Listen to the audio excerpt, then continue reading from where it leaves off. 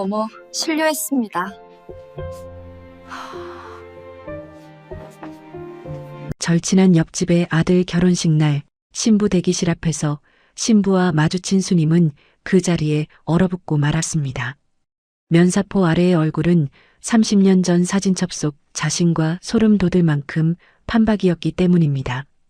마치 젊은 날의 자신이 세월을 거슬러 눈앞에 서 있는 듯한 기묘한 전율에 숨조차 쉬기 힘들었죠. 어머, 실례했습니다. 상냥하게 웃으며 스쳐가는 신부의 뒷모습을 보며 수님은 이유 모를 눈물을 쏟았습니다. 혹시 28년 전 수님이 피눈물을 흘리며 품에서 떼어냈던 그 아이가 아닐까요? 도대체 저 신부의 정체가 누구길래 이토록 수님의 영혼이 마구 요동치는 것일까요? 지금 이 이야기를 어디에서 듣고 계신가요? 댓글로 그 자리를 남겨주세요. 구독과 좋아요를 눌러주신다면 그곳에 잔잔한 평안이 머물기 바랍니다. 그럼 인생 돌담길이 준비한 오늘의 이야기를 시작합니다. 봄볕이 예식장 유리창을 환하게 물들이던 날이었습니다. 박수님은 오늘 아침 옷장 앞에서 한참을 서 있었습니다. 꽃무늬 블라우스를 꺼냈다가 넣고 수수한 남색 재킷을 꺼냈다가 다시 넣었습니다. 이런 자리에 뭘 입어야 하는지 시장 골목 국수집 아줌마는 잘 몰랐습니다. 그래도 오늘만큼은 제대로 차려입고 싶었습니다. 30년 지기 절친 옥자의 아들 재혁이의 결혼식 날이었으니까요. 수님과 옥자는 나란히 예식장 로비를 걸었습니다. 두 사람 모두 시장에서 장사를 시작한 것이 30년 전이었습니다. 옥자는 반찬가게, 수님은 국수집이었습니다. 처음엔 그냥 옆자리 장사치였는데 어느 날부터인가 서로의 속사정을 다 아는 사이가 됐습니다. 장사가 안 되는 날 옥자가 반찬 몇 가지를 슬쩍 건네면 수님은 국수 한 그릇을 말아 내밀었습니다. 말 한마디 없이도 서로의 형편을 알았고 눈빛 하나로도 오늘 힘들었구나를 알아챘습니다. 그렇게 시장 골목에서 함께 버텨온 세월이 30년이었습니다. 그 옥자의 아들 재혁이가 오늘 판사 신분으로 결혼식을 올리는 것이었습니다. 옥자야, 재혁이가 판사가 되다니. 그 고생을 다 이기고 정말 대견하다. 수님의 목소리가 떨렸습니다. 옥자도 눈시울이 붉어졌습니다. 다 내 덕분이야. 내가 국수 말아먹이지 않았으면 우리 재혁이 고시 공부 어떻게 버텼겠어. 재혁이 고시 공부를 하던 시절 옆집 고시원 창문에서 밤새 불이 꺼지지 않았습니다.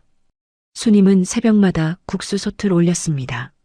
끼니를 거르고 공부하는 소리가 벽 너머로 들릴 때마다 국수 한 그릇을 들고 문을 두드렸습니다. 재혁은 그 국수를 먹으며 버텼고 수님은 그 창문 불빛을 보며 같이 버텼습니다. 두 사람이 식장 안으로 들어서자 재혁이 먼저 달려왔습니다. 예복을 말끔하게 차려입은 새신랑이었습니다. 수님을 보자마자 허리를 꾸벅 숙였습니다. 시장 엄마 와주셨네요. 정말 감사해요. 이 녀석아 잘생겼네.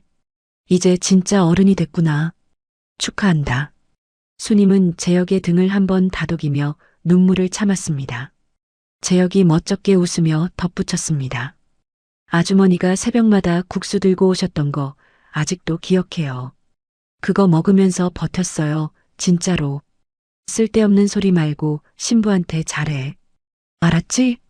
수님은 핀잔을 주듯 웃어 보였지만 돌아서는 순간 눈가를 빠르게 훔쳤습니다. 밥 한 그릇으로 쌓아온 세월의 무게가 이 순간 고스란히 가슴을 눌렀습니다. 그것은 단순한 이웃 간의 정이 아니었습니다. 시장 골목에서 함께 울고 웃으며 버텨온 말없이도 통하는 진짜 가족의 온기였습니다. 그렇게 수님은 오늘 이 자리가 그저 기쁘고 경사스러웠습니다. 적어도 그 순간까지는 그랬습니다. 하객들이 자리를 잡고 식이 시작되기를 기다리는 가운데 수님은 잠시 화장실을 다녀오려 복도 쪽으로 발걸음을 옮겼습니다. 그런데 신부 대기실 쪽 복도를 지나던 그 순간이었습니다.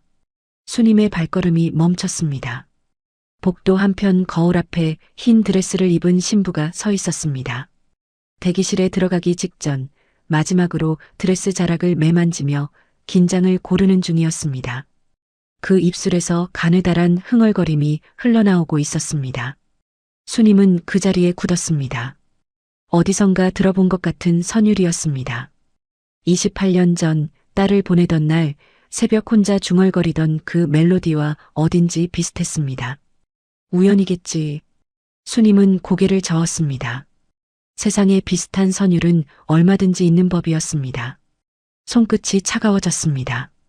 그때 거울 속의 신부가 낯선 시선을 느꼈는지 고개를 돌렸습니다. 수님은 자신도 모르게 숨을 들이켰습니다. 신부의 얼굴이었습니다. 갸름한 턱선, 오른쪽으로 살짝 기운 눈꼬리, 왼쪽 뺨에 보조개. 어딘가 낯이 익었습니다. 어디서 본 것 같은 얼굴인데 어디서 봤는지 떠오르지 않는 그런 묘한 느낌이었습니다. 그러다 문득 이런 생각이 스쳤습니다. 왠지 30년 전 젊었을 때 거울 속 자신의 얼굴과 착각할 만하다고. 수님은 고개를 저었습니다. 말도 안 되는 생각이었습니다. 그냥 어딘가 닮은 얼굴이겠거니 했습니다. 세상에 닮은 얼굴이 없을 리 없었습니다. 숨이 조금 가빠졌습니다. 둘의 눈이 마주쳤습니다. 은서의 눈빛에 잠깐 당황함이 스쳤습니다. 그리고 은서는 살짝 고개를 숙이더니 아랫입술을 내밀어 위쪽으로 바람을 불었습니다. 이마에 흘러내린 머리카락 한 올을 날려올리는 동작이었습니다. 수님의 눈이 잠깐 흔들렸습니다. 그 작은 동작이 어딘지 낯설지 않았습니다. 수님 자신도 오래전부터 해온 버릇이었으니까요. 수님이 시장에서 땀을 흘리며 국수를 끓일 때마다 해온, 그래서 옥자가 볼 때마다 웃음을 터뜨리던 바로 그 버릇이었습니다. 그러나 그것뿐이었습니다. 비슷한 버릇을 가진 사람이 세상에 없을 리 없었습니다. 수님은 스스로를 다잡았습니다. 지나친 생각이었습니다. 그냥 우연이었습니다. 그런데 왜 발이 움직이지 않는 건지, 왜 눈이 떨어지지 않는 건지. 수님은 서둘러 화장실로 숨어들었습니다. 차가운 타일 벽에 등을 기댄 채 두 손으로 입을 막았습니다. 거울 속에는 일그러진 얼굴의 낯선 여자가 있었고 눈에서 눈물이 쏟아졌지만 소리조차 낼 수 없었습니다. 행복을 축하해야 할 날 그 기쁨의 한복판에서 수님은 홀로 가장 깊은 곳에 묻어두었던 무언가와 마주하고 있었습니다. 꽃이 가장 화려하게 피는 자리에 가장 오래된 상처가 함께 숨쉬고 있을 수 있다는 것을 그 누가 알았겠습니까? 거울 너머로 자신을 바라보는 수님의 눈빛이 조금씩 흔들렸습니다. 저 신부가 설마 내 딸일 수도 있을까? 28년 전 헤어진 딸일지도 모른다는 떨리는 느낌을 가슴에 품었습니다. 그리고 예식은 시작되었습니다. 하객들이 자리를 채우고 오케스트라의 선율이 예식장을 부드럽게 가득 채우는 가운데 버진 로드 끝에 신부 은서가 모습을 드러냈습니다. 새하얀 드레스 자락이 바닥을 쓸며 천천히 앞으로 나아오는 그 모습은 누가 보아도 아름다웠습니다. 그런데 바로 그때였습니다. 은서의 발걸음이 갑자기 흔들렸습니다. 손이 목으로 올라가며 드레스 자락이 비틀렸습니다. 숨을 찾지 못하는 듯 은서의 안색이 순식간에 하얗게 질려갔습니다. 예식장 입구를 가득 채운 봄꽃 장식이 화근이었습니다. 꽃가루 알레르기 쇼크였습니다. 현장은 순식간에 아수라장이 되었습니다.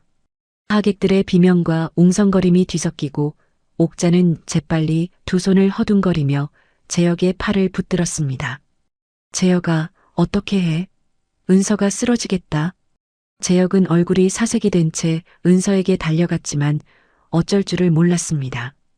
예식 도우미들도 약을 찾느라 우왕좌왕하는 사이 수님의 몸이 먼저 움직였습니다. 수님은 군중을 헤치며 달려가 옥자의 팔을 낚아채듯 잡으며 낮고 단호하게 말했습니다. 내가 이런 아이 체질을 잘 안다. 비켜봐. 내가 해볼게. 수님아, 내가 어떻게 알아? 괜찮겠어? 시간 없어. 비켜. 수님은 은서 곁에 무릎을 꿇었습니다. 먼저 드레스 목 부분을 손으로 살며시 느슨하게 당겨 기도를 확보했습니다. 그리고 은서의 손목을 잡아 맥박을 확인했습니다. 빠르고 가늘었습니다. 수님이 눈을 가늘게 뜨며 중얼거렸습니다. 꽃가루 쇼크. 이 체질 내가 알아. 수님은 가방을 열어 작은 파우치를 꺼냈습니다. 그 안에서 손수 말려 비닐에 싸둔 약초 주머니를 꺼냈습니다. 꽃가루 알레르기는 수님의 집안에 대대로 내려오는 증세였습니다. 수님의 어머니도 그랬고 수님 본인도 젊은 시절 꽃가루 쇼크로 쓰러진 적이 있었습니다. 그 이후로 친정 어머니에게 배운 이 약초를 손수 말려 항상 가방에 넣고 다녔습니다. 만일을 대비해서 언제 어디서든 쓸 수 있도록 준비한 것이었어요. 약초를 손으로 비벼 냄새를 깨운 뒤 은서의 코 가까이에 갖다 댔습니다. 숨 참지 말고 천천히. 나만 봐요. 수님의 목소리는 낮고 단단했습니다. 떨리는 손이었지만 동작만큼은 흔들리지 않았습니다. 다른 한 손으로는 은서의 등 아래쪽을 가볍게 두드렸습니다. 긴장된 근육을 풀어주는 방식이었습니다. 조금씩 조금씩 은서의 어깨에서 힘이 빠지기 시작했습니다. 허옇게 질렸던 입술에 실처럼 가는 핏기가 돌기 시작했습니다. 거칠게 헐떡이던 숨이 조금씩 고르게 가라앉았습니다. 잠시 후 은서의 눈꺼풀이 떨리며 천천히 열렸습니다. 수님은 은서의 손을 꼭 쥐며 낮게 속삭였습니다. 괜찮아요. 이제 다 됐어요. 의식을 되찾은 은서가 힘없이 미소를 지으며 말했습니다. 감사해요. 아주머니. 그 찰나였습니다. 미소가 번지며 은서의 왼쪽 뺨에 보조개가 드러났습니다. 수님은 자신도 모르게 그 자리를 바라봤습니다. 자신의 왼쪽 뺨과 같은 자리였습니다. 비슷한 깊이였습니다. 수님의 호흡이 흔들렸습니다. 우연일 것이었습니다. 멜로디도 얼굴도 버릇도 보조개도 하나하나는 그냥 넘길 수 있었습니다. 세상에 닮은 것들은 얼마든지 있으니까요. 그러나 이것들이 한 사람에게 한꺼번에 모여 있다는 것이 수님의 마음 한켠을 자꾸만 건드렸습니다. 설마, 아니겠지. 수님은 스스로를 다잡았습니다. 그러면서도 눈이 떨어지지 않았습니다. 수님은 예식 내내 은서에게서 시선을 거두지 못했습니다. 은서가 제역과 손을 맞잡고 서약을 나누는 동안 수님의 눈에서 소리 없이 눈물이 흘렀습니다. 왜 우는지 스스로도 알 수 없었습니다. 그냥 눈물이 났습니다. 28년 동안 가슴속에 쌓아둔 무언가가 이 자리에서 조용히 흔들리고 있었습니다. 한편 이 모든 광경을 지켜보던 길은 엄마 선희의 눈빛은 달랐습니다. 예식이 다시 시작되고 하객들의 긴장이 풀리는 사이 선희는 조용히 옥자에게 다가갔습니다. 사돈, 저 아주머니 아까 은서 도와준 분이요. 누구세요? 옥자가 싱겁게 웃으며 답했습니다. 아, 우리 옆집 사는 수님이요. 시장에서 국수집 해요. 오래된 이웃이에요. 국수집이요. 선희는 짧게 되뇌었습니다. 딸의 생명을 구해준 것은 고마웠지만 처음 보는 여자가 의료진도 당황한 상황을 마치 자기 자식의 체질을 꿰뚫듯 단번에 처리하는 장면이 도무지 자연스럽지 않았습니다. 선희의 인매가 가늘게 차갑게 굳어갔습니다. 그리고 은서는 결혼식이 진행되는 동안에 정신없는 와중에도 자신의 손을 감싸던 그 손길의 온기를 잊을 수가 없었습니다. 신혼여행지에서 재혁에게 조심스럽게 물었습니다. 오빠 예식장에서 나 도와준 아주머니 있잖아. 옆집 분이라고 했지? 어떤 분이야? 재혁이 웃으며 답했습니다. 우리 시장 엄마야. 내가 고시 공부할 때 국수 말아주시던 분. 손이 참 따뜻하더라. 은서는 그 말을 하고 나서도 한참을 창밖을 바라봤습니다. 거칠고 투박한 손이었는데 왜 그토록 포근했는지, 낯선 사람인데 왜 낯설지 않았는지, 그 물음이 신혼여행 내내 마음 한켠을 맴돌았습니다. 어떤 인연은 처음 만나는 순간부터 이미 오래된 것처럼 느껴지는 법입니다. 피는 어쩌면 가장 정직한 언어인지도 모릅니다. 과연 은서는 그 손길의 정체를 언젠가 알게 될까요? 경사스러운 잔칫집을 뒤로하고 시장 골목으로 돌아온 수님의 발걸음은 무거웠습니다. 국수가게 안은 고요했습니다. 낮 동안 켜두었던 형광등 하나가 지지직거리며 수님의 굽은 등을 비추었고 식탁 위에는 아침에 먹다 망국수 그릇이 그대로 남아 있었습니다. 예식장의 꽃 향기와 하객들의 웃음소리가 아직 귓가에 맴도는 듯했지만 이 공간의 공기는 차갑고 오래된 냄새를 풍겼습니다. 수님은 앞치마를 걸치지도 않은 채 그냥 방 안으로 들어갔습니다. 수님은 안쪽 방으로 들어가 장롱 앞에 무릎을 꿇었습니다. 손이 잠시 망설이다가 장롱 깊숙한 곳으로 들어갔습니다. 삐걱거리는 서랍 소리와 함께 오래된 첫 냄새가 코끝을 찔렀습니다. 그 안에서 나온 것은 빛바랜 비단 주머니였습니다. 수님은 주머니를 두 손으로 감싸 쥔 채 한참을 그대로 있었습니다. 낡은 비단 위로 손가락이 천천히 움직였습니다. 세월에 바랜 실크의 차가운 감촉이 손끝에 닿는 순간 눈물이 먼저 났습니다. 그 안에는 대추나무로 만든 나무빗이 들어 있었습니다. 28년 전 딸을 보내던 날 아침 핏덩이 아이의 가느다란 머리카락을 마지막으로 빗겨주고 나서 짝을 맞춰 넣어 보냈던 빗에 남겨진 조각이었습니다. 딸의 작은 손에 하나를 쥐어보내고 자신의 가슴에 나머지 하나를 남겨두었습니다. 언젠가 다시 만나는 날 이 짝을 맞춰보리라는 말도 안 되는 소망 하나를 품은 채로 빗의 결을 손끝으로 천천히 훑었습니다. 나무가 이렇게 따뜻한 것인지 몰랐습니다. 미안하다. 미안해. 수님의 입술이 떨렸습니다. 그러면서 과거로 생각이 거슬러 올라갔습니다. 수님이 24살이었습니다. 남편이 갑자기 사고로 세상을 떠난 것은 수님의 배가 만삭이 되던 달이었습니다. 장례를 치를 돈도 없었습니다. 친정도 시댁도 손을 내밀 형편이 아니었습니다. 수님은 남편을 묻고 돌아오는 날 밤 혼자 방 바닥에 앉아 배를 쓸어내렸습니다. 울지 않았습니다. 울 수가 없었습니다. 이 아이만큼은 살려야 한다는 생각이 눈물보다 먼저였습니다. 딸은 미숙아로 태어났습니다. 인큐베이터에 누운 핏덩이는 수님의 손바닥보다 작았습니다. 의사가 말했습니다. 버티려면 돈이 있어야 한다고. 수님은 가진 것을 다 팔았습니다. 혼수로 받은 금반지도 남편이 마지막으로 사줬던 시계도 그래도 모자랐습니다. 병원비 고지서가 쌓여갔습니다. 젖도 제대로 못 먹이고 보름째 미음만 먹으면서도 수님은 매일 인큐베이터 유리에 손을 대고 속삭였습니다. 살아야 해. 엄마 여기 있어. 그런데 딸이 겨우 한 달을 넘겼을 무렵 수님 자신의 몸도 무너지기 시작했습니다. 산후에 제대로 먹지도 쉬지도 못한 탓이었습니다. 의사는 당장 입원해야 한다고 했습니다. 그러나 입원비가 없었습니다. 수님은 이를 악물고 버텼지만 몸은 거짓말을 하지 않았습니다. 알아누운 날이 늘어갔습니다. 갓난아이를 안을 힘도 없는 날이 생겼습니다. 아이 분유를 사야 하는데 몸을 움직일 수가 없었습니다. 그 딱한 사정을 곁에서 지켜보던 이웃 동네에 살던 먼 친척 언니가 조심스럽게 말을 꺼냈습니다. 수님아, 내가 아는 집이 있어. 서울 강남의 대형 병원 이사장 내외분인데 아이를 간절히 원하신대. 형편도 넉넉하고 사람도 좋은 분들이야. 아이한테는 뭐든 해줄 수 있는 집이야. 수님은 고개를 저었습니다. 또 저었습니다. 그러나 그날 밤 아이의 얼굴을 바라보며 수님은 처음으로 무너졌습니다.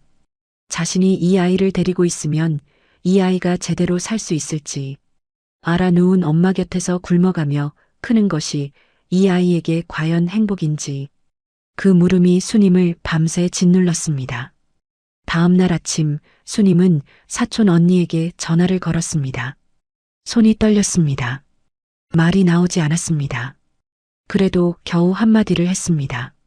아이를 보낼게요. 그런데 병원 이사장 측에서 조건을 내밀었습니다. 아이를 건네는 대신 앞으로 일절 연락하지 말 것, 아이의 삶에 나타나지 말 것, 아이가 크면서 친모를 찾으려 해도 응하지 말 것. 사촌 언니가 조심스럽게 물었습니다. 수님아, 괜찮겠어? 평생 찾지도 못하는 거잖아. 수님은 한참을 말이 없었습니다. 그리고 천천히 고개를 끄덕였습니다. 괜찮아. 그 아이가 잘 크면 되는 거지. 행복하게 살면 되지. 내가 뭘 바라겠어. 그 말을 하는 수님의 눈에서 눈물이 흘렀습니다. 괜찮지 않았습니다. 하나도 괜찮지 않았습니다. 그러나 달리 방법이 없었습니다. 아이를 건네던 날 수님은 마지막으로 딸의 얼굴을 들여다봤습니다. 작고 오동통한 뺨, 왼쪽에 작게 패인 보조개, 눈을 꼭 감은 채 새근새근 자고 있었습니다. 수님은 그 뺨에 입을 맞췄습니다. 그리고 속삭였습니다. 엄마가 못나서 미안해. 잘 먹고 잘 자고 잘 커라. 잘 살 거라. 사촌 언니가 아이를 받아드는 순간 수님은 그 자리에서 주저앉았습니다. 소리도 나오지 않았습니다. 그냥 몸이 무너졌습니다. 복도 끝으로 멀어지는 아이의 울음소리가 점점 작아지다가 사라졌습니다. 그 소리가 28년이 지난 지금도 귀에서 사라지지 않았습니다. 버린 것이 아니었습니다. 살리기 위한 선택이었습니다. 하지만 그 선택이 자신의 가슴에 얼마나 깊은 못을 박아왔는지 28년이 지나도 그 자리는 아물지 않았습니다. 수님은 빛을 가슴에 끌어안으며 오열했습니다. 가게 안의 형광등이 지지직거리다 잠시 꺼졌고 어둠 속에서도 수님은 움직이지 않았습니다. 빛의 딱딱한 나무 감촉이 가슴뼈를 눌렀지만 그 압박이 오히려 28년 된 구멍을 메워주는 것 같았습니다. 진심이란 이런 것입니다. 아무도 알아주지 않아도 아무것도 돌아오지 않아도 28년을 하루같이 품어온 그 사랑. 인생이라는 긴 여정에서 자식을 위해 스스로를 지운 어머니의 선택은 결코 헛된 것이 아니었습니다.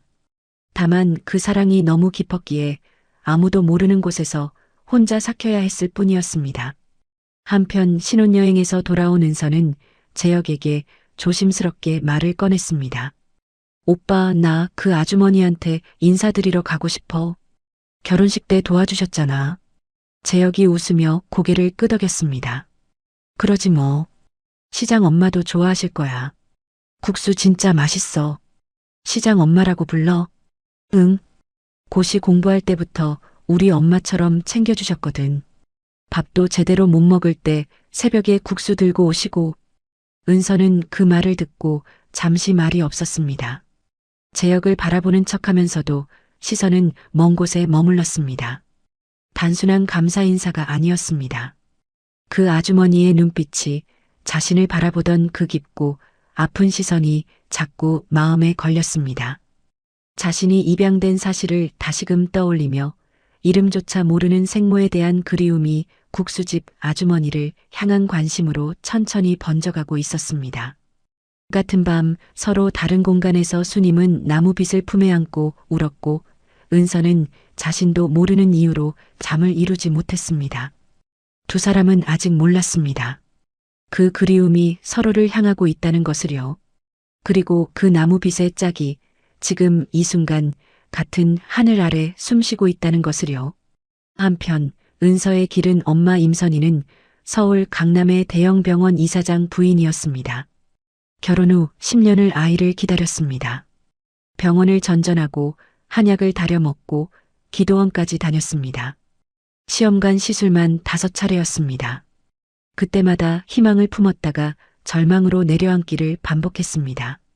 남편 임재원 이사장은 그럴 때마다 선희의 손을 꼭 쥐며 말했습니다.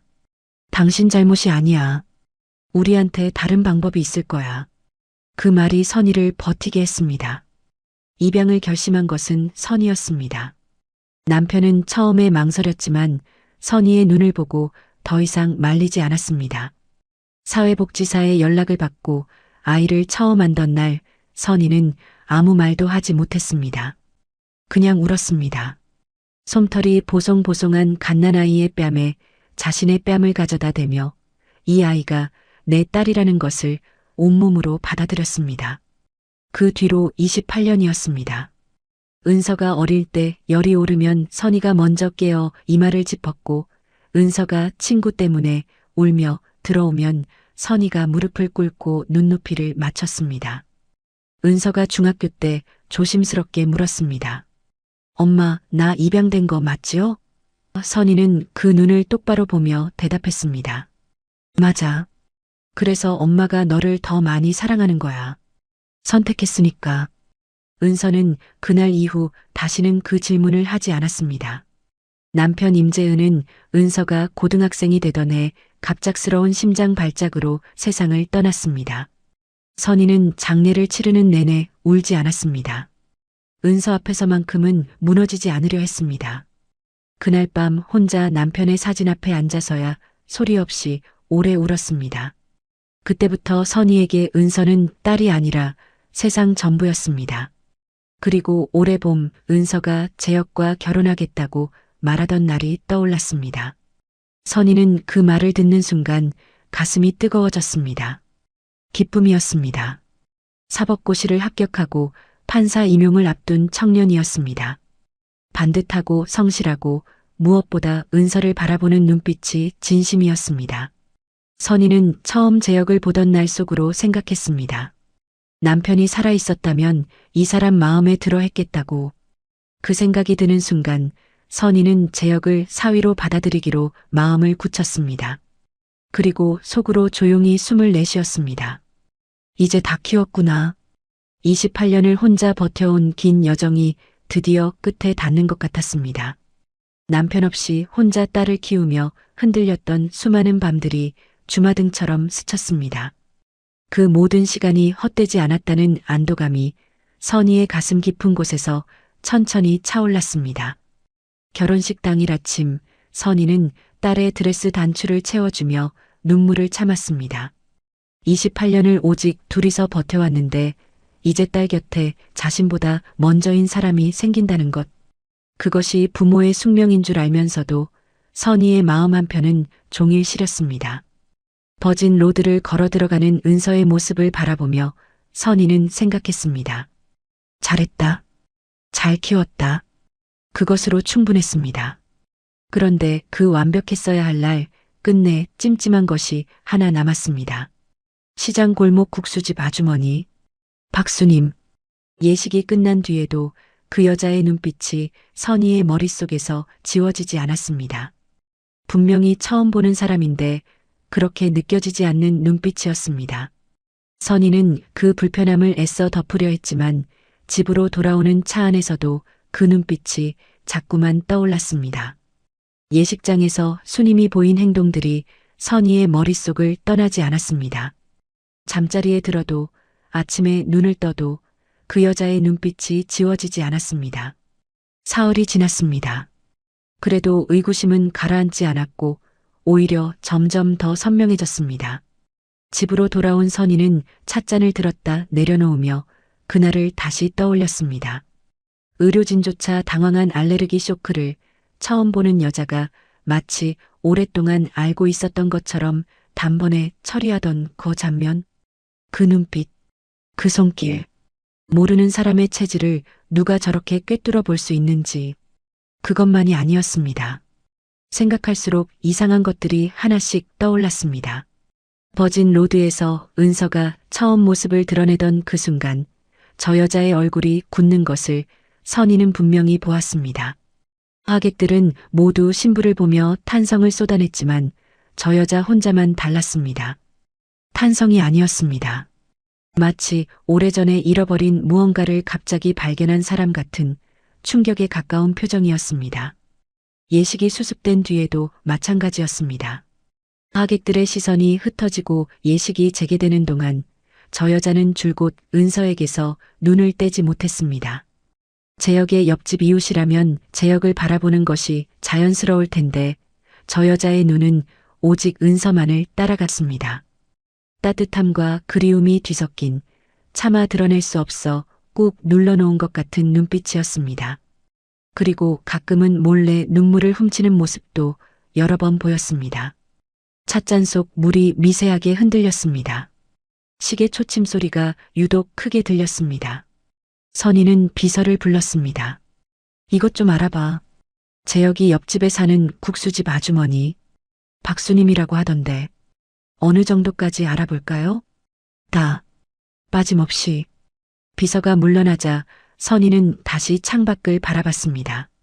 화분 위에 봄볕이 내려앉고 있었지만 선희의 눈에는 아무것도 들어오지 않았습니다. 사흘 뒤 비서가 얇은 서류 봉투를 내밀었습니다. 선희는 봉투를 천천히 열었습니다. 활자들이 눈앞에 펼쳐지는 순간 선희의 손이 멈췄습니다. 은서의 생모, 박수님, 친생관계 확인. 그 순간 가슴이 쿵하고 내려앉았습니다. 종이를 쥔 손끝에 힘이 들어갔습니다. 찻잔이 바닥에 닿는 소리가 유난히 크게 들렸습니다. 선희는 서류를 내려놓고 창밖을 바라봤습니다.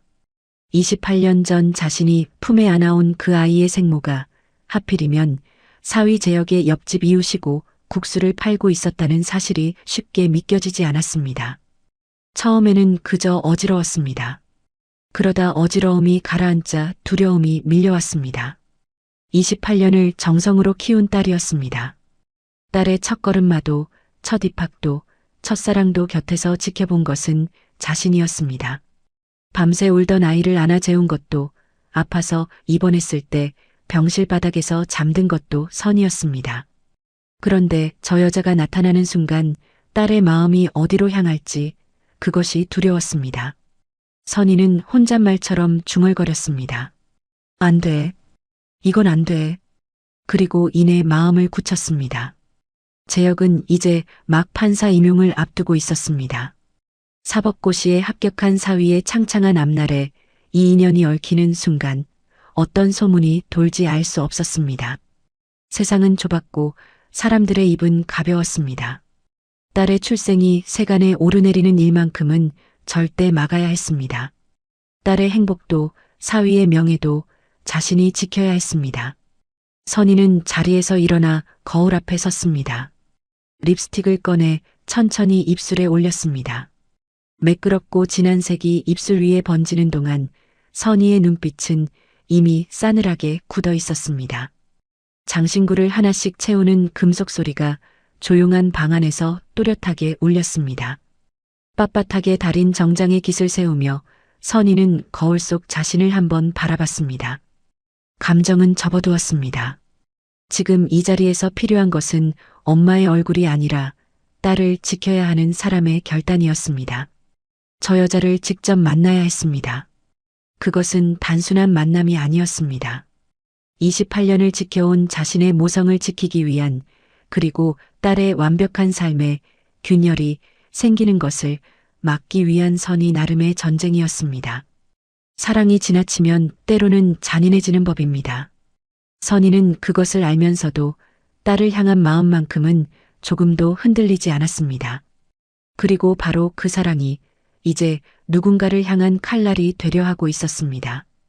고급 세단이 시장 골목 입구에 멈췄습니다. 선희는 차 문을 열고 내리며 코를 찌르는 생선 냄새와 기름 냄새에 미간을 좁혔습니다. 낡은 천막이 바람에 펄럭이고 좌판 위에 채소들이 어지럽게 쌓인 골목. 자신이 평생 발을 들인 적 없는 세계였습니다. 선희의 하이힐이 울퉁불퉁한 바닥을 또각또각 밟으며 나아갔습니다. 국수 끓는 수증기가 피어오르는 가게가 골목 끝에 보였습니다. 선희는 멈추지 않았습니다. 과연 두 여자의 만남은 어떻게 흘러가게 될까요? 선희의 하이힐 소리가 국수집 문 앞에서 멈췄습니다. 가게 안에는 수님 혼자였습니다.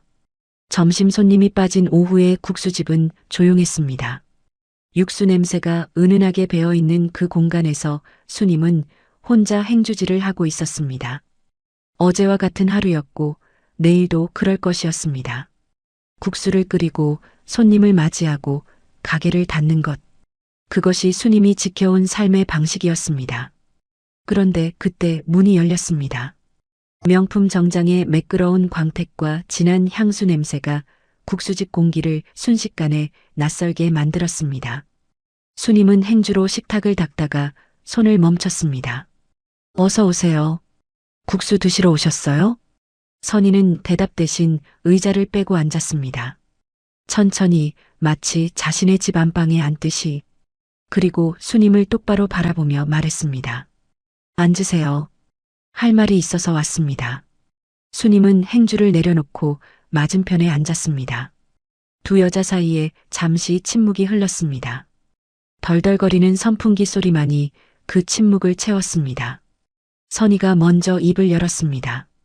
박수님 씨 맞죠? 수님은 고개를 들었습니다. 낯선 얼굴이었습니다.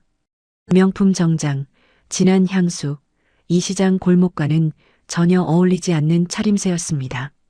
수님은 조심스럽게 물었습니다. 네, 실례지만 누구세요? 선희는 대답 대신 자신의 이름을 밝혔습니다. 김선희입니다.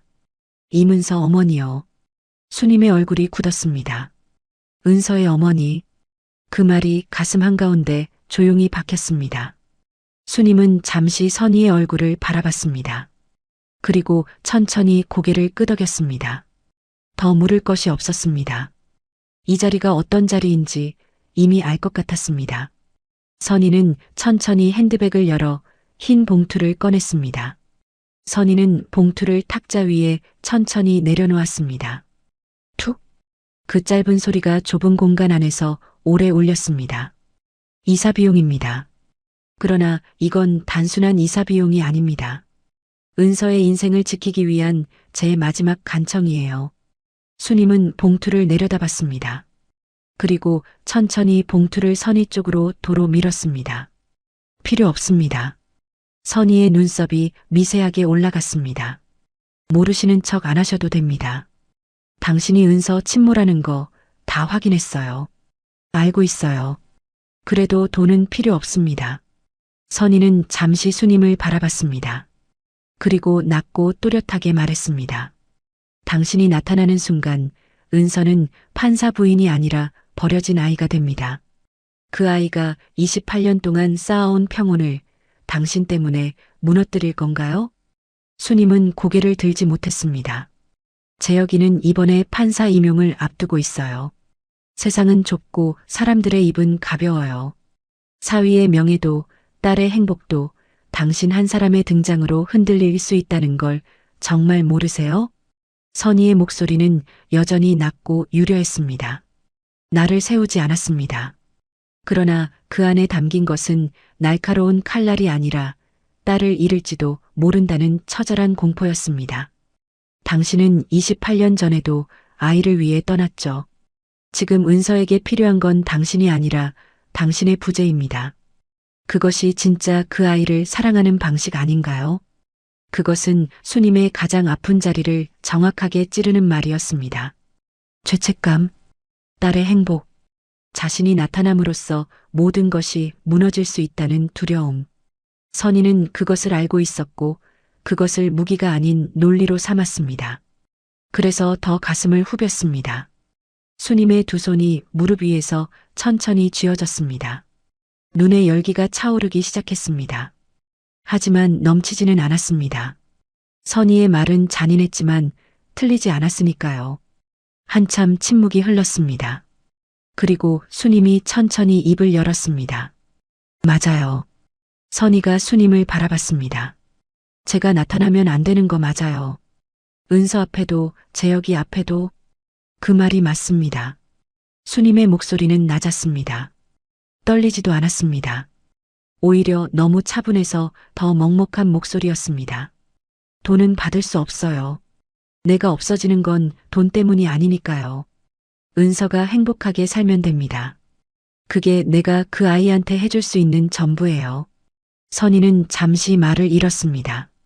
봉투를 거절할 것은 예상했지만 이렇게 담담하게 아무런 조건도 없이 스스로 물러서는 여자는 예상하지 못했습니다. 그렇게 하실 수 있어요? 28년 했는데 못하겠어요. 그 짧은 말이 선희의 가슴 어딘가를 건드렸습니다. 선희는 그것을 얼른 누르며 자리에서 일어섰습니다. 약속하세요. 은서 앞에 나타나지 않겠다고. 약속합니다. 선희는 봉투를 집어 핸드백에 넣었습니다. 그리고 먼지를 털듯 장갑을 끼며 돌아섰습니다. 뒤를 한 번도 돌아보지 않았습니다. 하이힐 소리가 문을 향해 멀어지다가 골목의 소음 속으로 천천히 사라졌습니다. 문이 닫혔습니다. 수님은 오래도록 그 자리에 앉아 있었습니다. 선풍기가 여전히 돌아가고 있었고 육수 솥에서 김이 피어올랐습니다. 바깥 시장에서는 사람들이 오가고 어딘가에서 아주머니 이거 주세요 하는 소리도 들렸습니다. 아무것도 달라진 것이 없는 것 같았지만 수님의 안에서는 모든 것이 달라져 있었습니다. 스스로 약속한 것이었습니다. 아무도 강요하지 않았습니다. 선희가 던진 봉투도 받지 않았습니다. 그럼에도 그 약속이 이토록 무거운 것은 그것이 진심에서 나온 말이기 때문이었습니다. 딸의 행복을 위해 자신을 지우겠다는 그 다짐. 28년 전 핏덩이를 남의 품에 넘기던 날에도 그랬고 지금도 그랬습니다. 수님은 언제나 같은 방식으로 딸을 사랑해왔습니다. 보이지 않게, 들리지 않게 철저히 혼자서. 잠시 후 옥자가 가게 문을 열고 들어왔습니다. 수님아, 아까 고급차가 골목에 서길래 뭔가 했더니 내 가게 앞이더라고. 무슨 일이야? 무슨 손님이 저런 차를 타고 와? 수님은 고개를 들지 않았습니다. 그냥 손님이었어. 옥자는 수님의 얼굴을 한번 훑어봤습니다. 눈가가 빨갛게 부어 있었습니다. 그러나 더 묻지 않았습니다. 수님이 괜찮다고 하면 일단 괜찮은 척 받아주는 것이 30년 지기의 방식이었으니까요. 밥은 먹었어? 응. 거짓말.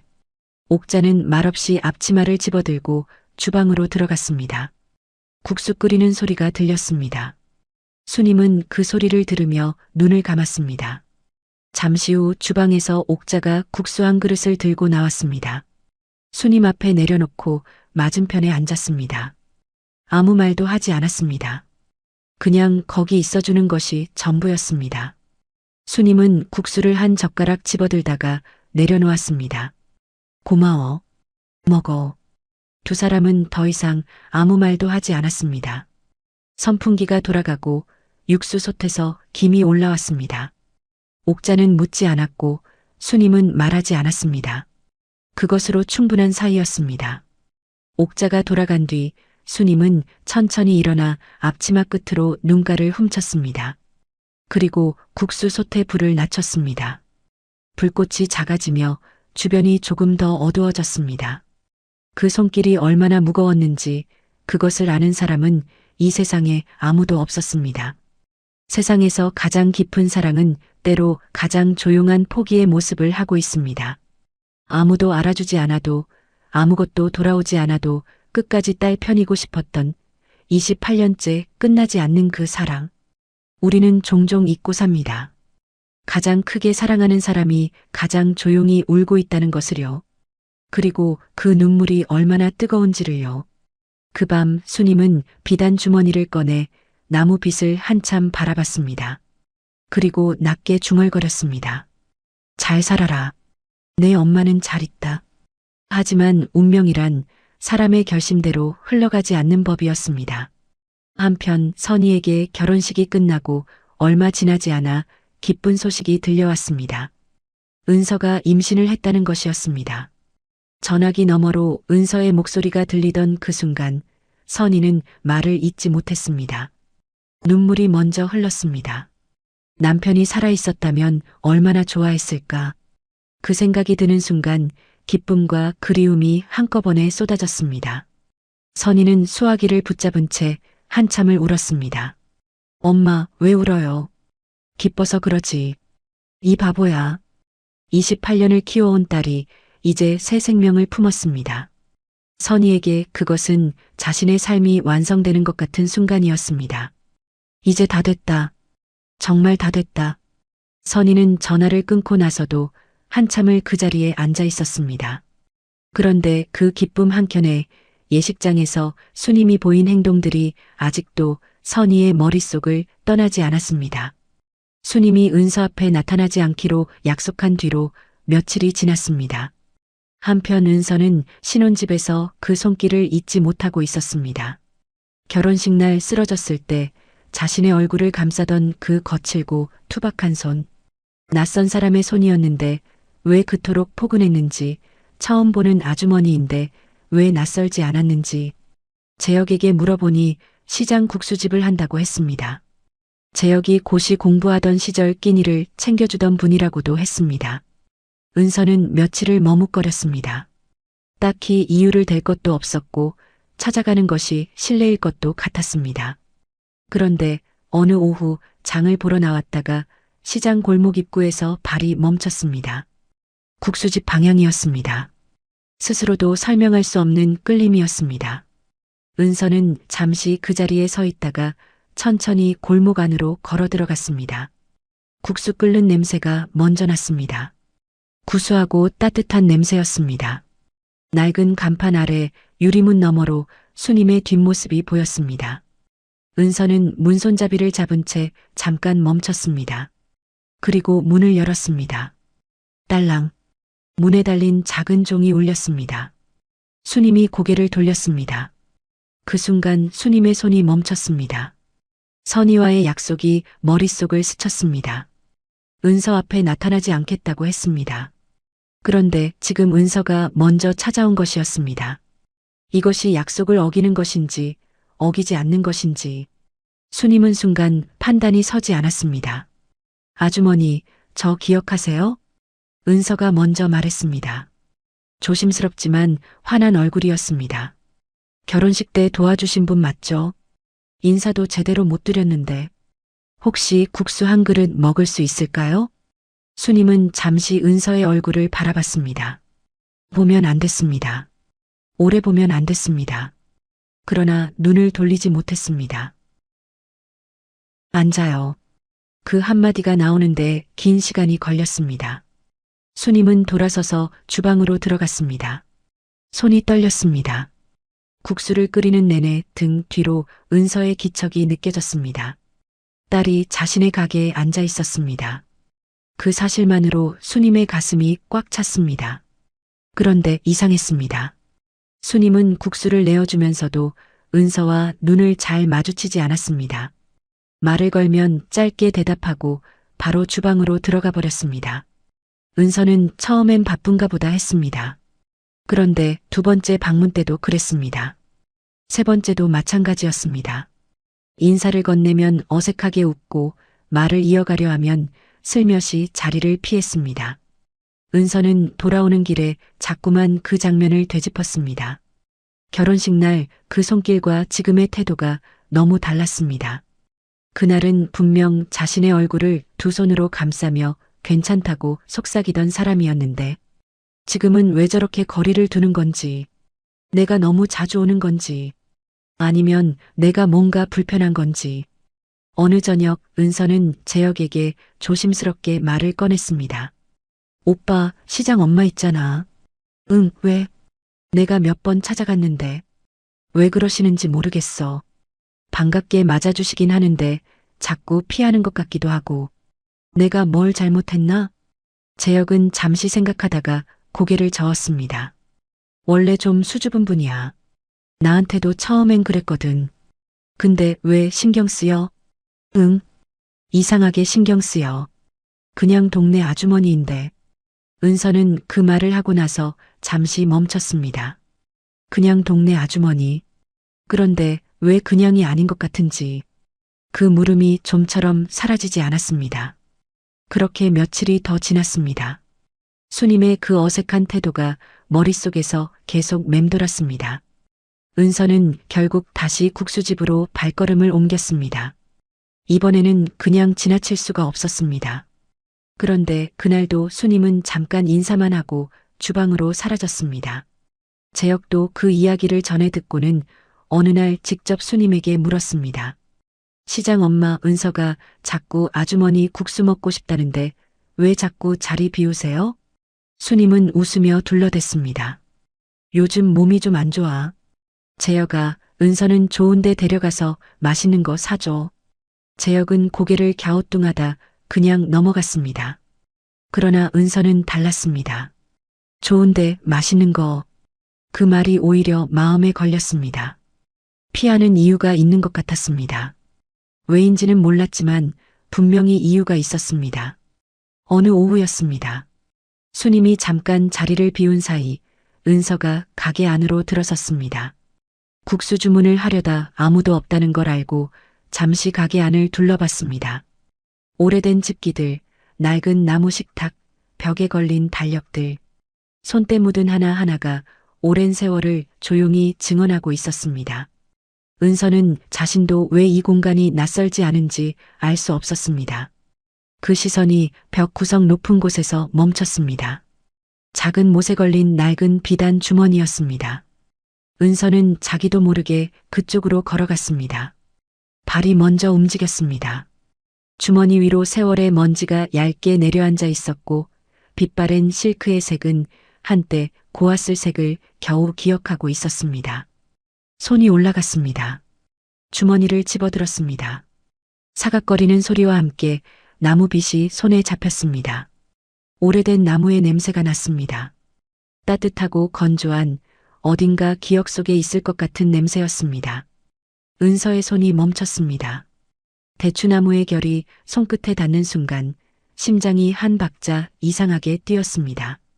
은서는 가방 속 깊은 곳에서 평생 친모의 유일한 유품이라 믿으며 간직해온 자신의 나무 빗을 꺼냈습니다. 두 개의 빗을 나란히 놓았습니다. 문양이 똑같았습니다. 나무의 결이 똑같았습니다. 빗살의 간격이 똑같았습니다. 그리고 두 빗의 끝을 맞대자 하나였던 것이 둘로 나뉜 것처럼 딱 맞아 들어갔습니다. 세상에 우연이란 없다고 했습니다. 이것은 우연이 아니었습니다. 은서의 손이 떨리기 시작했습니다. 그때 시선이 찬장 쪽으로 옮겨갔습니다. 유리 틈 사이에 오래된 사진 한 장이 꽂혀 있었습니다. 손이 떨린 채로 사진을 꺼냈습니다. 흑백에 가까운 빛바랜 사진이었습니다. 젊은 여자가 갓난아이를 안고 있는 사진.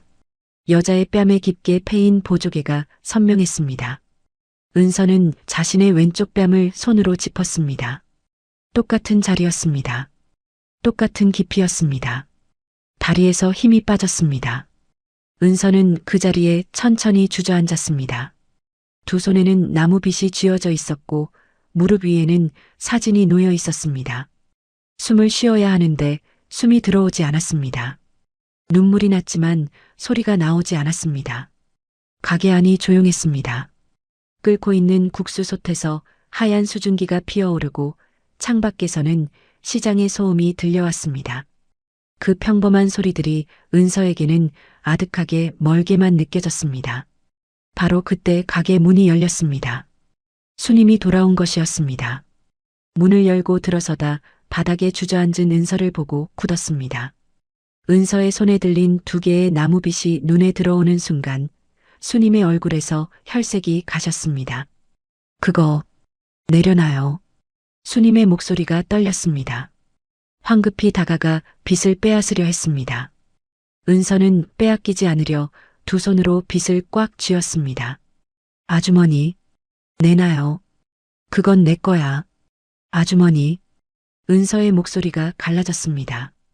눈물이 뺨을 타고 흘렀습니다. 이 빗, 내 빗이랑 짝이에요. 그리고 이 사진 속 보조개가. 아니야. 우연이야. 세상에 비슷한 빗이 얼마나 많아. 아주머니, 그냥 가요. 어서. 수님은 목소리를 높였습니다. 하지만 그 목소리는 단단하지 않았습니다. 높아질수록 오히려 더 흔들렸습니다. 선희에게 한 약속이 귓가에 맴돌았습니다.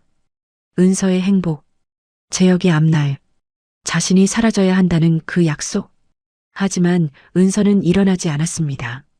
오히려 사진을 가슴에 꼭 끌어안으며 더 낮은 목소리로 말했습니다. 저 입양됐어요. 친모 얼굴도 이름도 모르고 살았어요. 근데 아주머니 이 빗이랑 제 빗이 짝이에요. 이 사진 속 보조개가 제 보조개랑 똑같아요. 이게 우연이에요? 수님은 눈을 감았습니다. 눈물이 속눈썹 끝에서 맺혔다가 천천히 흘렀습니다.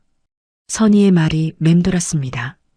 그리고 동시에 28년 전 아이를 품에서 떼어내던 그 아침도 맴돌았습니다. 수님은 등을 돌린 채 주방으로 들어가려 했습니다.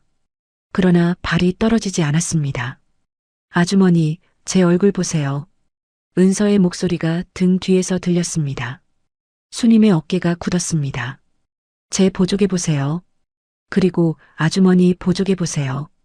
다르면 제가 그냥 갈게요. 수님은 돌아보지 않았습니다. 돌아보면 안 됐습니다. 돌아보는 순간 28년이 한꺼번에 무너질 것 같았으니까요. 은서는 떨리는 손으로 두 빗을 높이 들어 올렸습니다. 그리고 수님의 눈을 똑바로 바라봤습니다. 눈물이 가득 고인 그 눈으로 이 빗의 짝이 왜 여기 있어요? 왜요? 수님은 대답하지 못했습니다. 진심은 언제나 이렇게 찾아옵니다. 봉인을 풀어달라 애원하지 않습니다. 그냥 어느 날 조용히 두 조각이 맞아 들어가는 것처럼 스스로 나타납니다. 이미 오래전부터 그 자리에 있었던 것처럼요.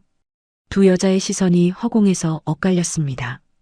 그 침묵 속에 28년이 고스란히 담겨 있었습니다. 수님은 입술을 깨물었습니다. 선의와의 약속이 맴돌았습니다. 그러나 지금 이 순간 눈앞에 있는 딸의 눈빛 앞에서 그 약속이 점점 작아지고 있었습니다. 28년을 봉인해온 이름 두 글자가 수님의 가슴 안에서 조용히 그러나 거세게 올라오고 있었습니다. 수님은 대답하지 못했습니다. 은서가 든 두 개의 나무빗이 눈앞에 있었습니다. 그것을 부정할 말이 없었습니다. 아무리 찾아도 없었습니다. 수님은 눈을 감았습니다.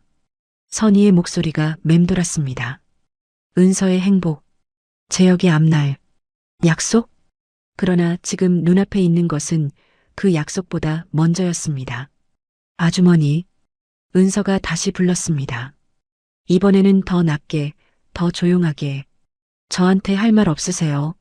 수님의 눈가가 떨렸습니다. 입술이 움직이려다 멈췄습니다. 다시 움직이려다 또 멈췄습니다. 28년 동안 단 한 번도 소리내어 부르지 못했던 이름이 가슴 안에서 올라오고 있었습니다. 손가락 끝이 떨렸습니다. 발이 움직이지 않았습니다. 그리고 수님의 무릎이 꺾였습니다. 천천히 은서의 앞에 주저앉았습니다. 국수집 바닥에 차가운 타일이 무릎에 닿았습니다. 차가웠습니다. 하지만 그 차가움이 오히려 지금 이 순간을 현실로 느끼게 해주었습니다. 꿈이 아니었습니다. 그리고 두 손으로 은서의 얼굴을 감쌌습니다. 거칠고 투박한 손이었습니다. 오랜 세월 국수솥을 끓이고 행주를 쥐어온 그 손이 28년 만에 처음으로 딸의 뺨을 감쌌습니다. 손끝에서 뺨의 온기가 전해졌습니다. 살아있었습니다. 이렇게 자라서 이렇게 살아있었습니다. 미안하다. 그 한마디가 나오는데 28년이 걸렸습니다. 28년 동안 가슴속 가장 깊은 곳에 숨겨두었던 그 말이 지금에서야 겨우 입 밖으로 나왔습니다. 미안해. 미안해. 수님의 목에서 소리가 터져 나왔습니다. 울음이라 하기엔 너무 깊고 신음이라 하기엔 너무 뜨거운 소리였습니다. 은서도 무너졌습니다. 수님의 손을 두 손으로 꼭 잡으며 그대로 엉엉 울었습니다. 그러다 은서의 입에서 무의식처럼 말이 흘러나왔습니다. 엄마. 그 한마디였습니다. 이어지지 않았습니다. 은서 자신도 그 말이 나온 것을 알아채고 멈췄습니다. 수님도 굳었습니다. 두 사람 모두 그 말의 무게에 잠시 숨을 멈췄습니다. 그러나 그 말은 이미 공기 속에 남아 있었습니다.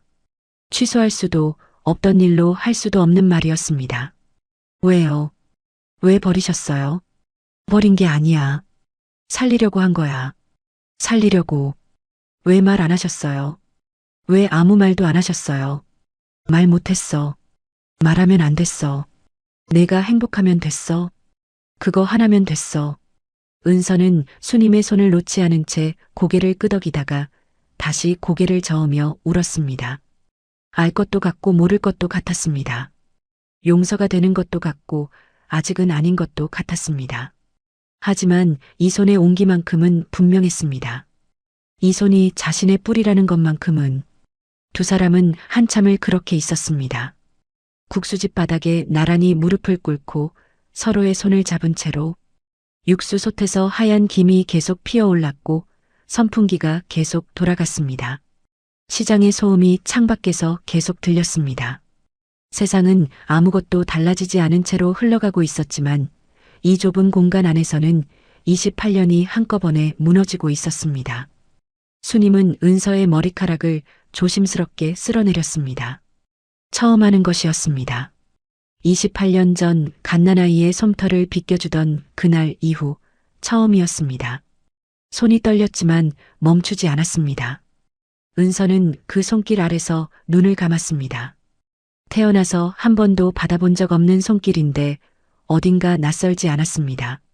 수님은 은서의 왼쪽 뺨을 손끝으로 천천히 어루만졌습니다.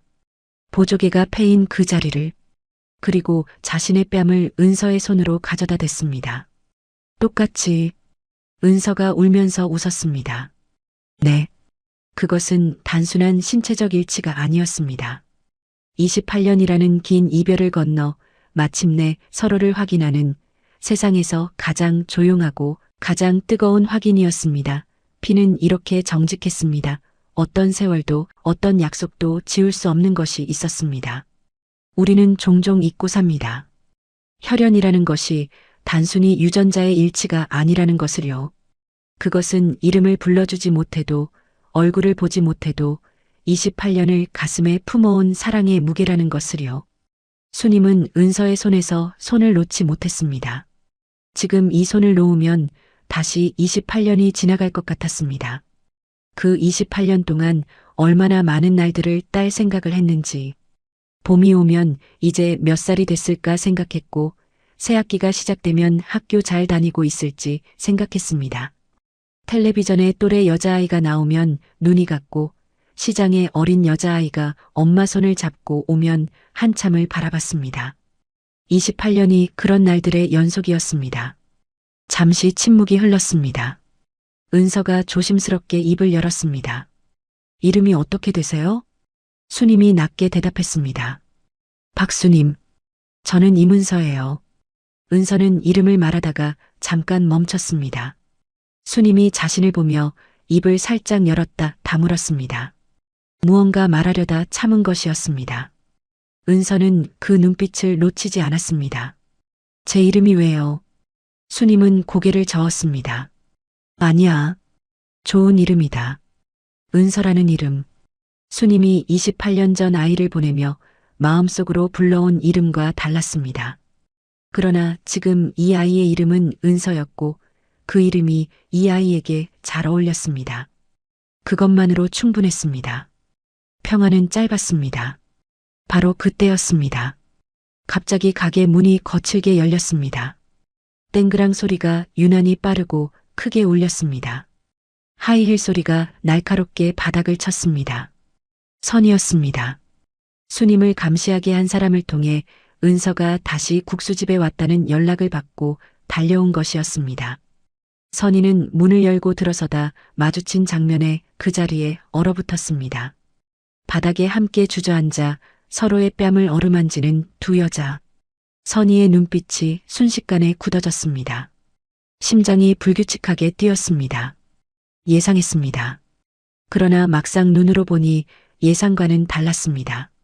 딸이 저 여자와 저렇게 가까이 있는 것을 보는 것은 예상과 달랐습니다.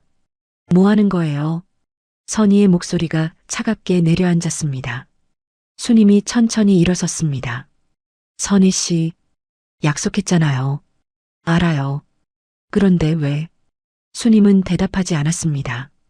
선희는 은서에게로 다가가 팔을 잡아 일으켰습니다. 은서야, 가자. 은서는 팔을 빼지 않았습니다. 그러나 움직이지도 않았습니다. 엄마, 가자고. 엄마, 잠깐만요. 선희의 얼굴이 굳어졌습니다. 은서가 두 엄마 사이에 서서 조심스럽게 말을 꺼냈습니다. 저 알 권리가 있어요. 제가 어디서 왔는지, 제 뿌리가 어딘지, 그 뿌리가 지금 내 인생에 필요해?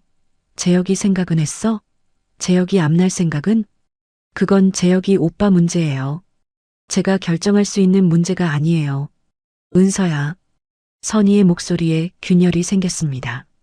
날카로움 뒤로 두려움이 배어났습니다. 내가 28년을 어떻게 키웠는지 알잖아. 이 사람이 뭘 해줬어. 버렸잖아. 버리고 28년을 모른 척하다가 지금 와서 무슨 엄마야. 그 말이 국수집 안에 꽉 찼습니다. 수님은 고개를 숙이지 않았습니다. 틀린 말이 아니었습니다.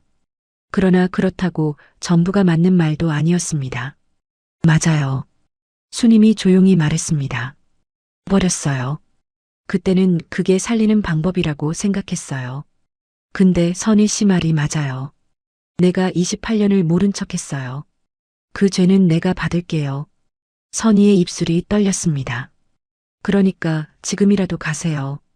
은서 인생에 끼어들지 말고. 그건 못하겠어요.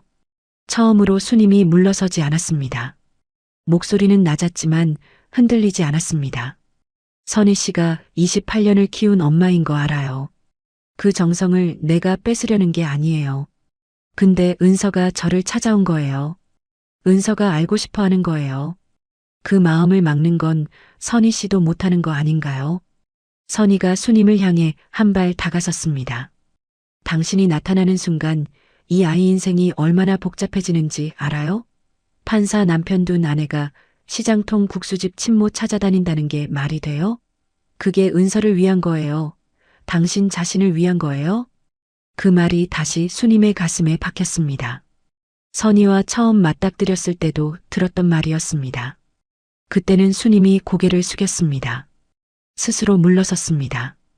그러나 이번에는 달랐습니다. 이번에는 은서가 옆에 있었습니다. 그 말을 은서도 듣고 있었습니다. 그리고 은서의 손이 수님의 손을 꼭 쥐고 있었습니다. 은서가 두 엄마의 손을 각각 잡으려 손을 뻗었습니다. 두 분 다 제 엄마예요. 제발이요. 그 목소리가 떨렸습니다. 두 엄마를 동시에 바라보는 그 눈빛에 간절함이 가득했습니다. 피 한 방울 섞이지 않아도 28년을 키워준 엄마. 피를 나눴어도 28년을 그리워하며 살아온 엄마. 은서에게는 둘 다 잃을 수 없는 사람이었습니다. 피 한 방울 섞이지 않았어도 서로의 아픔을 보듬을 수 있다면 그것이 진짜 가족입니다. 은서는 그것을 알고 있었습니다. 그래서 어느 쪽도 버릴 수 없었습니다. 선희는 은서의 손을 잡았습니다. 그러나 수님을 향한 눈빛은 여전히 차가웠습니다. 재혁이한테 이 일이 알려지는 날 그 책임은 당신이 지는 거예요. 그 말을 내뱉고 나서 선희 자신도 가슴이 아팠습니다. 책임이라는 말, 당신이 지라는 말, 그 말은 수님에게 한 것이었지만 어딘가 자신에게도 향하는 것 같았습니다. 이 모든 일의 시작이 무엇이었는지 선희는 골목을 걷는 내내 애써 생각하지 않으려 했습니다. 선희는 은서의 손을 이끌고 가게 문을 향해 걸어갔습니다. 은서는 따라가면서도 뒤를 돌아봤습니다. 수님을 향해. 그 눈빛에는 말이 가득했지만 입이 열리지 않았습니다. 수님은 그 자리에 서서 은서의 뒷모습을 바라봤습니다. 아무 말도 하지 않았습니다. 손을 흔들지도 않았습니다. 그냥 바라봤습니다. 딸의 뒷모습이 문 밖으로 사라질 때까지. 은서가 마지막으로 돌아본 눈빛이 유리문 너머로 사라졌습니다. 문이 닫혔습니다. 수님은 천천히 주방으로 들어가 빈 국수 그릇을 집어들었습니다. 그리고 내려놓았습니다. 또 집어들었습니다. 손이 자꾸 무언가를 쥐어야 할 것 같았습니다. 가게 안이 다시 조용해졌습니다.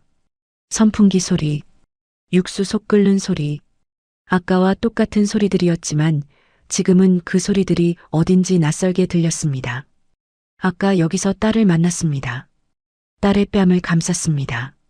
딸의 이름을 들었습니다. 은서. 그 이름을 조용히 입안에서 굴려봤습니다. 그리고 다시 보냈습니다. 사랑이 깊을수록 상처도 깊은 법입니다. 낳은 정과 기른 정이 한 아이를 두고 맞부딪히는 그 자리에 옳고 그름은 없었습니다. 다만 각자가 짊어진 사랑의 무게가 서로 다른 방향으로 당기고 있었을 뿐이었습니다. 그리고 그날 이후 며칠이 조용히 흘렀습니다. 아무 연락도 없었습니다. 수님은 매일 가게를 열고 국수를 끓이며 그 며칠을 버텼습니다. 은서가 잘 있겠지. 그것만 생각했습니다. 국수집을 다녀온 그날 밤 은서는 재혁에게 모든 것을 털어놓았습니다. 나무 빈 이야기부터 시작했습니다. 사진 속 보족의 이야기, 수님의 눈빛 이야기, 그리고 자신이 입양되었다는 것. 재혁은 말없이 듣다가 한참 만에 은서의 손을 꼭 쥐었습니다. 확실해? 응, 확실해. 재혁은 그날 밤 잠을 이루지 못했습니다. 옆집 아주머니, 고시 공부 시절 국수를 말아주던 그 사람, 시장 엄마라고 불렀던 그 사람이 은서의 친모였다는 사실이 쉽게 믿겨지지 않았습니다. 그러나 은서의 눈빛이 흔들리지 않았습니다. 재혁은 새벽에 어머니께 전화를 걸었습니다. 재혁의 어머니 옥자는 전화를 받고 한동안 아무 말도 하지 못했습니다. 며느리의 친모가 다름 아닌 옆집 수님이라는 말을 듣는 순간 30년 세월이 한꺼번에 떠올랐습니다. 수님이가 은서 엄마라고? 네, 어머니. 어머나. 옥자는 한참을 말을 잇지 못했습니다. 수님은 재혁이 고시 공부를 하던 시절부터 친자식처럼 챙겨온 사람이었습니다. 밥 굶을까봐 매일 국수를 들여보내고 시험날이면 아침 일찍 미역국을 끓여 문 앞에 놓아두던 사람. 옥자가 아들 걱정으로 잠 못 이룰 때마다 옆집에서 조용히 버팀목이 되어주던 30년 절친이었습니다. 그 수님이가 아이를 보낸 것도 옥자는 알고 있었습니다. 그때 얼마나 울었는지, 그 뒤로 혼자 얼마나 사귀며 살아왔는지 옆에서 다 보았습니다. 사돈이 압박했다고 했지. 수님이가 또 혼자 다 받아냈겠구나. 그 바보 같은 것. 옥자의 목소리가 낮게 흔들렸습니다. 재혁아, 수님이 잘못한 거 없어. 그 사람은 처음부터 딸 하나 잘 살면 된다는 사람이야. 그게 얼마나 무거운 사랑인지 너는 이제 알겠지. 옥자는 재혁과 전화를 끊자마자 수님에게 전화를 걸었습니다. 수님아, 나야. 응, 왜? 재혁한테 들었어. 은서가 내 딸이지. 전화기 너머로 긴 침묵이 흘렀습니다. 알고 있었어? 응. 야, 수님아. 그럼 우리가 사돈이잖아. 수님이 멈췄습니다. 내 아들이 내 딸이랑 결혼했잖아. 30년 절친이 사돈이 된 거라고.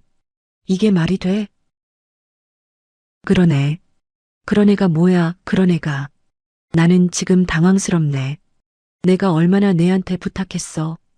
우리 재혁이 밥 좀 챙겨달라고. 그 재혁이가 내 사위가 됐다고. 그리고 내 딸이 나의 며느리가 된 거야.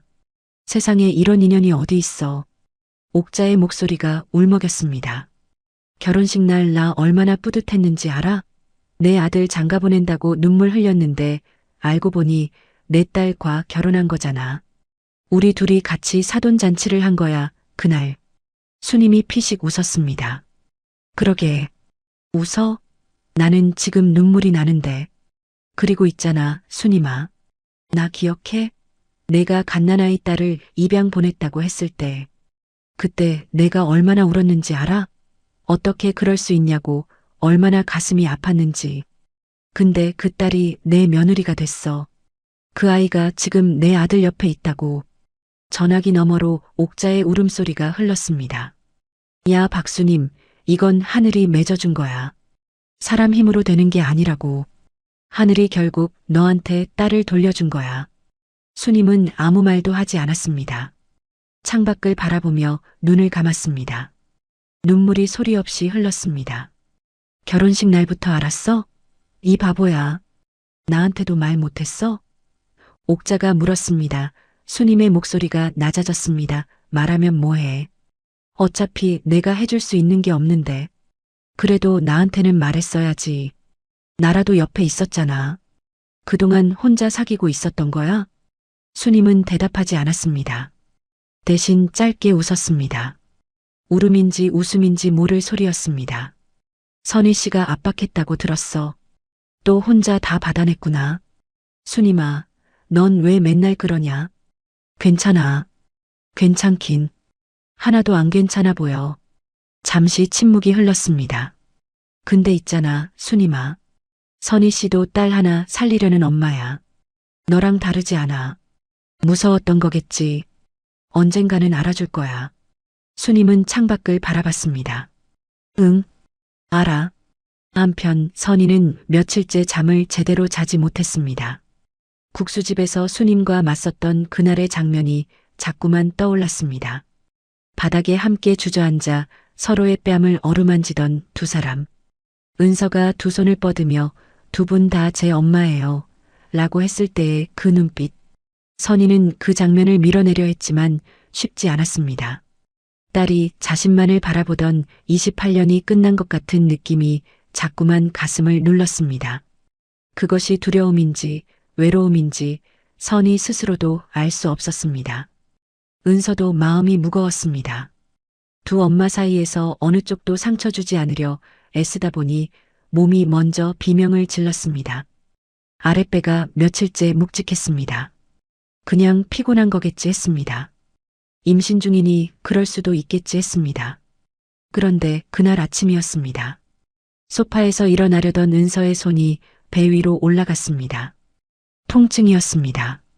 처음엔 묵직한 정도였는데 순식간에 날카로워졌습니다. 제역을 부르려고 입을 열었지만 소리가 나오기 전에 몸이 먼저 무너졌습니다. 은서야. 제역이 받아 안는 순간 은서의 입술에서 신음이 새어나왔습니다. 안색이 순식간에 잿빛으로 변했습니다. 선희가 스커트 자락이 젖는 것을 보고 비명을 질렀습니다. 하열이었습니다. 구급차가 왔습니다. 골목 사람들이 멈춰섰습니다. 들것에 실린 은서의 얼굴은 이미 종이장처럼 하했습니다. 응급실은 차가웠습니다. 의료진이 은서를 데려가고 제역과 선희는 복도에 남겨졌습니다. 20분쯤 지났을까요? 의사가 나와 보호자를 불렀습니다. 과다출혈이 심합니다. 태아도 위험한 상태고요. 긴급 수혈이 필요한데 환자 혈액형이 RH 음성입니다. 혈액은행에 재고가 없어서 지금 당장 공여자를 찾아야 합니다. 선희의 얼굴이 굳었습니다. 그리고 무언가가 떠오른 듯 눈이 커졌습니다. 제가요. 저도 RH 음성이에요. 제 피를 쓰면 되는 거 아닌가요? 제가 엄마예요. 제 피를 뽑아주세요. 선희는 팔을 걷어붙이며 울부짖었습니다. 28년을 키운 딸이 저 안에서 피를 흘리고 있었습니다. 자신의 피 한 방울이라도 줄 수 있다면 그것만으로 충분했습니다. 의료진이 선희를 체열실로 안내했습니다. 제역은 두 손으로 얼굴을 감쌌습니다. 그런데 잠시 후였습니다. 체열실 문이 열리며 의사가 난처한 표정으로 나왔습니다. 보호자분 죄송합니다. 같은 RH 음성이 맞으신데 환자분 혈액이 특수 A형입니다. 일반 RH 음성과는 수혈 조건이 달라서 정밀 검사 결과 부적합 판정이 나왔습니다. 이 A형은 전국적으로도 공여자가 극히 드뭅니다. 선희는 그 자리에 굳었습니다. 그럼 어떻게 해요?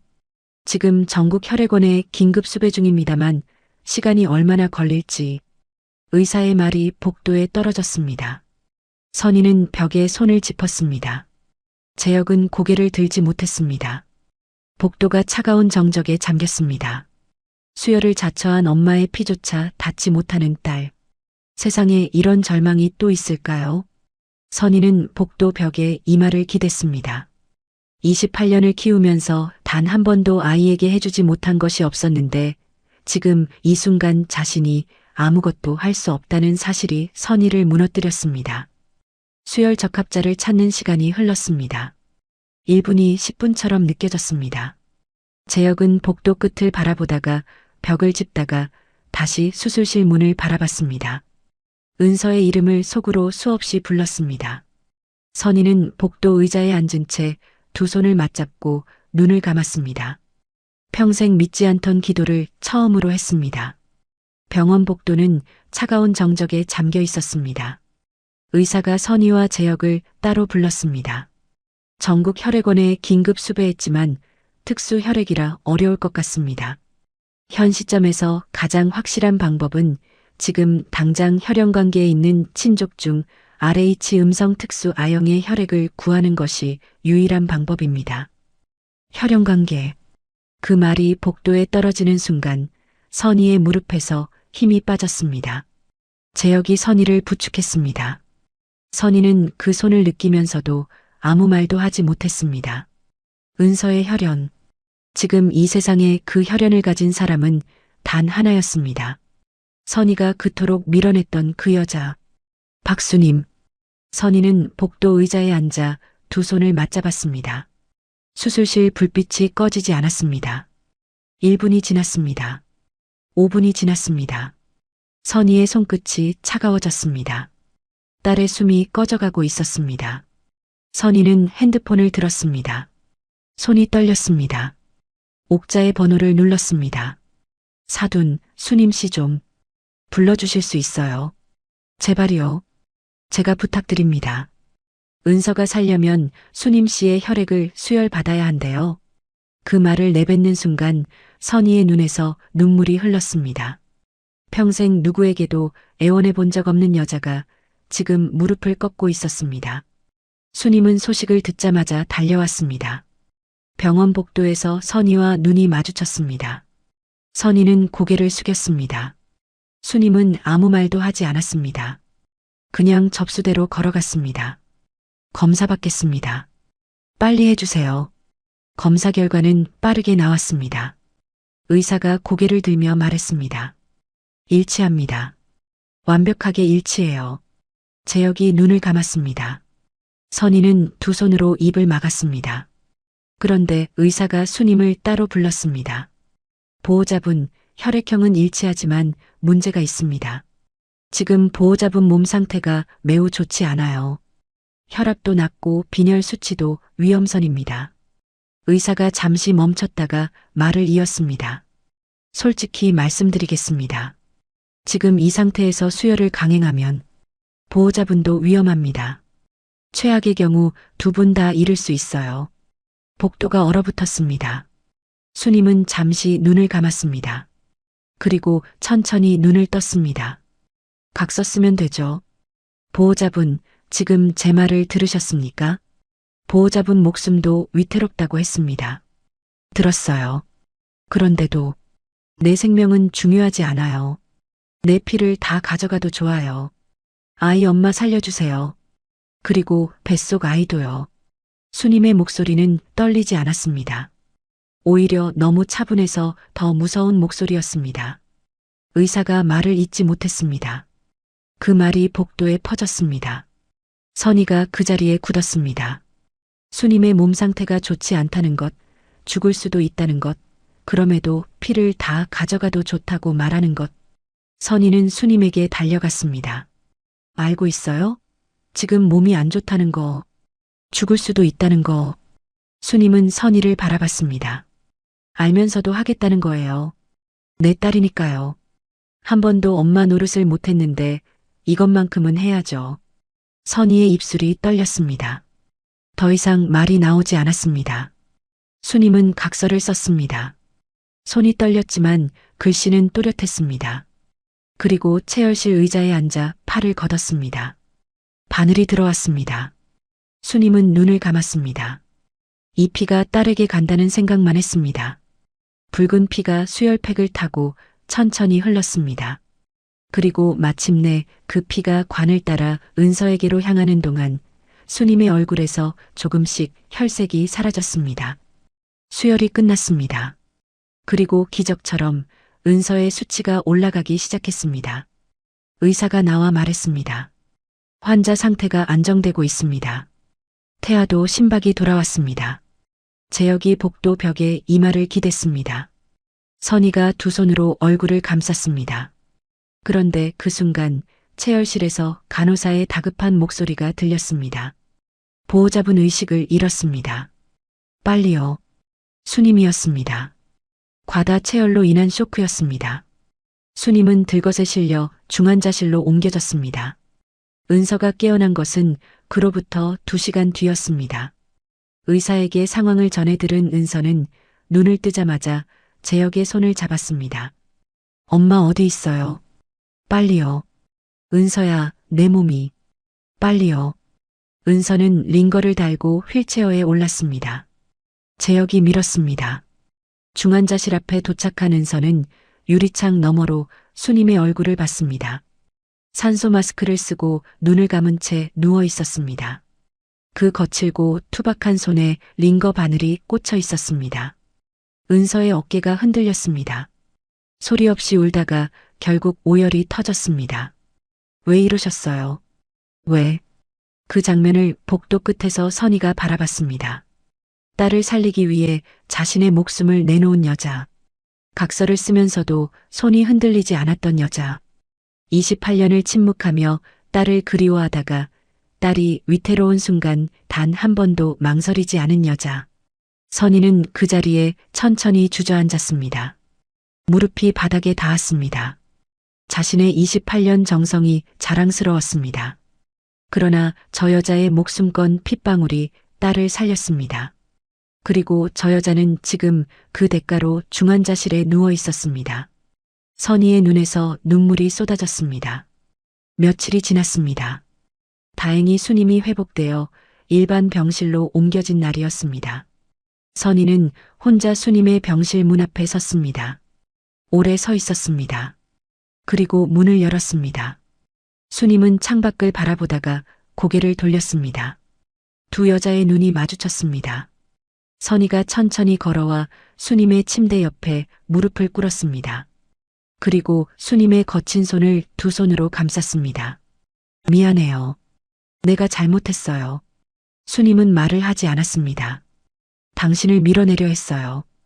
은서한테서 떼어놓으려 했어요. 그게 딸을 위한 거라고 생각했는데 그게 아니었어요. 그냥 내가 무서웠던 거예요. 선희의 목소리가 떨렸습니다. 눈물이 손등 위로 떨어졌습니다. 용서해 줄 수 있어요? 순임은 한참을 선희를 바라봤습니다. 그리고 천천히 몸을 일으켜 선희를 안았습니다. 말없이 그냥 안았습니다. 선희의 어깨가 떨렸습니다. 순임의 눈에서도 눈물이 흘렀습니다. 사랑이 사랑을 알아보는 데는 시간이 걸립니다. 그러나 반드시 알아봅니다. 낳은 엄마와 기른 엄마가 서로를 끌어안은 그 병실에서 28년의 긴 오해가 비로소 녹아내리고 있었습니다.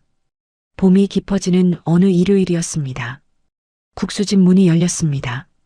재혁이 먼저 들어오고 그 뒤로 은서가 배를 살짝 감싸 안으며 따라 들어왔습니다. 수술 이후 처음으로 집 밖을 나서는 날이었습니다. 은서의 걸음은 느렸지만 얼굴에는 오랜만에 혈색이 돌았습니다.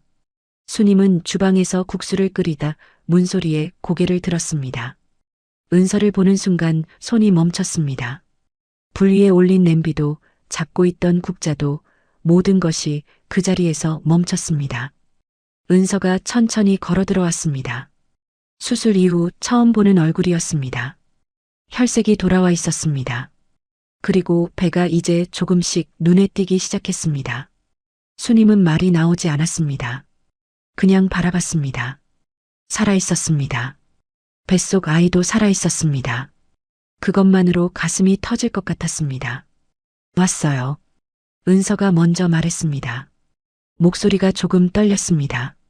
순임은 불을 낮추고 주방에서 나왔습니다. 은서 앞에 서서 한참을 아무 말도 하지 못했습니다. 손을 뻗으려다 멈췄습니다. 안고 싶었습니다. 그러나 발이 떨어지지 않았습니다. 그때 은서가 먼저 한 발 다가왔습니다. 그리고 순임의 품에 조용히 안겼습니다. 순임의 두 팔이 천천히 은서의 등을 감쌌습니다. 처음이었습니다. 제대로 안아보는 것이 처음이었습니다. 갓난아이를 품에서 떼어낸 그날 이후 처음으로 딸을 안았습니다. 등이 따뜻했습니다. 살아있는 온기였습니다. 두 사람은 한참을 그렇게 있었습니다. 재혁이 두 사람 곁에서 조용히 고개를 숙였습니다. 그리고 잠시 망설이다가 말했습니다. 어머니, 잘 지내셨어요? 순임이 멈췄습니다. 어머니.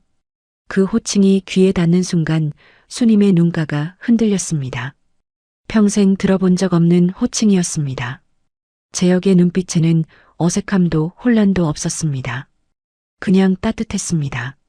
고시 공부를 하던 시절 새벽마다 국수를 먹으며 고맙다고 꾸벅 절하던 그 청년이 지금 사위가 되어 서 있었습니다.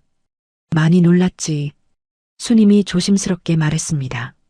재혁은 잠시 순임을 바라보다가 말했습니다. 처음엔 많이 놀랐어요. 근데 있잖아요, 어머니. 저 사실 고시 공부 제일 힘들 때 어머니 국수 먹으면서 버텼거든요. 그때마다 왜 이렇게 든든한지 이상하다 했는데 재혁의 목소리가 낮아졌습니다. 이유가 있었던 거네요. 수님은 입술을 깨물었습니다. 눈물이 차올랐습니다. 평생 이 말을 듣고 싶었습니다. 자신이 몰래 지켜온 세월이 헛되지 않았다는 말. 그 국수 한 그릇이 딸의 남편을 버티게 했다는 말. 세상에 이런 인연이 또 있을까요? 수님은 고개를 돌려 눈물을 훔쳤습니다. 셋이 나란히 앉아 국수를 먹었습니다. 수님이 끓인 국수였습니다. 오래 우려낸 육수에 얇게 썬 파와 계란 반 개. 투박하지만 정이 가득 담긴 한 그릇이었습니다. 은서가 한 젓가락 먹더니 눈을 감았습니다. 왜 이렇게 맛있어요? 항상 먹을 때마다 생각했어요. 왜 여기 국수는 이렇게 다른지. 수님은 말없이 웃었습니다. 원래 집밥이 제일 맛있는 거야. 수님이 말하다가 멈췄습니다. 집밥. 그 말이 지금 이 자리에서 어떤 무게를 갖는지를 느꼈습니다. 식사가 끝난 뒤 은서가 가방에서 작은 천주머니를 꺼냈습니다. 그 안에는 나무 빗이 들어 있었습니다. 이거 가져왔어요. 수님이 자리에서 일어나 벽구석 못에서 비단 주머니를 꺼냈습니다. 두 사람은 각자의 빗을 꺼내 나란히 놓았습니다. 두 빗의 끝을 맞댔습니다. 딱 맞아 들어갔습니다. 은서는 잠시 두 빗을 내려다봤습니다. 그리고 천천히 고개를 들었습니다. 엄마. 은서가 다시 엄마라고 불렀습니다. 수님은 대답하지 못했습니다. 그냥 고개를 끄덕였습니다. 그것으로 충분했습니다. 재혁은 말없이 그 장면을 바라봤습니다. 그리고 은서의 어깨에 팔을 둘렀습니다. 그것은 단순한 빗 두 개가 아니었습니다. 28년의 이별을 건너 마침내 하나가 된 사랑의 증거였습니다. 헤어져 있는 동안에도 서로를 향하고 있었던 두 개의 마음이 비로소 제자리를 찾은 순간이었습니다. 가족이란 때로 이렇게 만들어집니다. 피로만 이어지는 것도 아니고 세월로만 만들어지는 것도 아닙니다. 진심이 진심에게 닿는 그 순간, 그것이 진짜 가족의 시작입니다. 봄 햇살이 국수집 안으로 조용히 흘러들어왔습니다. 오래된 나무 식탁 위에 빛이 고르게 내려앉았습니다. 수님의 손이 은서의 손 위에 포개어졌습니다. 재혁이 그 손들 위에 자신의 손을 얹었습니다. 세 사람의 손이 따뜻하게 겹쳐졌습니다. 이 손들의 온기가 언젠가 태어날 아이에게도 전해질 것이었습니다. 보조개를 가진 세 사람 모두를 닮은 그 아이에게 이 자리에 아직 오지 않은 사람이 하나 있었습니다. 그러나 그것은 이제 시간 문제였습니다. 선희도 알고 있을 것이었습니다. 딸의 몸에 수님의 피가 흐르고 있다는 것을, 그리고 딸이 오늘 이곳에 왔다는 것을, 언젠가 선희도 이 나무 식탁 앞에 앉게 될 날이 올 것이었습니다. 오늘 이야기는 여기까지입니다. 나은 정과 기른 정보다 여러분은 무엇이 더 소중하다고 느끼셨나요? 혹시 마음속에 떠오른 생각이 있다면 조용히 댓글로 남겨주세요. 여러분의 댓글이 또 다른 누군가에게는 위로가 됩니다. 이 이야기가 마음에 닿았다면 구독과 좋아요로 함께 해주세요. 다음에도 마음을 돌아보게 하는 이야기로 찾아뵙겠습니다. 오늘도 행복한 하루 되시길 바랍니다. 지금까지 인생 돌담길이었습니다.